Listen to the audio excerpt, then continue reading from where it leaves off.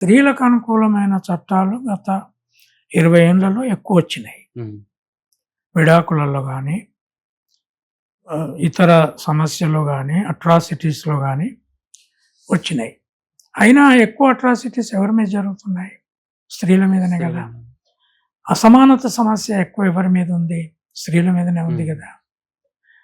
కనుక ఎప్పుడైతే 3000 ఏండ్లు సావిత్రిబాయి వచ్చే వరకు హ్మ్. భర్తతో సమానంగా టీచర్ అయ్యే అవకాశం స్త్రీకి లేదు. చదువుకునే అవకాశం లేదు. వంటగదిలో మగ్గిపోయిన పరిస్థితి. హ్మ్. మళ్ళా బయట పని జేయాలి. కూలికి పోయి చేయాలి. ఈ వ్యవస్థ దెబ్బలు కొట్టింది. ఆడోళ్ళని ఎక్కువ కొడుతున్నారా? ఇయాల మగోళ్ళని ఆడోళ్ళు ఎక్కువ కొడుతున్నారా? ఆడోళ్ళకే ఎక్కువ నష్టం జరుగుతుంది. ఎక్కువ దెబ్బలు పడుతున్నారు అవును. గదా! గ్రామాలలో గానీ, బయట గానీ ఇంకా ఉంది వ్యవస్థ. కనుక చట్టాలు వాళ్ళకు అనుకూలమైనవి తయారు జేయడం అనేది ఇంక కొంతకాలం బలంగా ఈక్వాలిటీ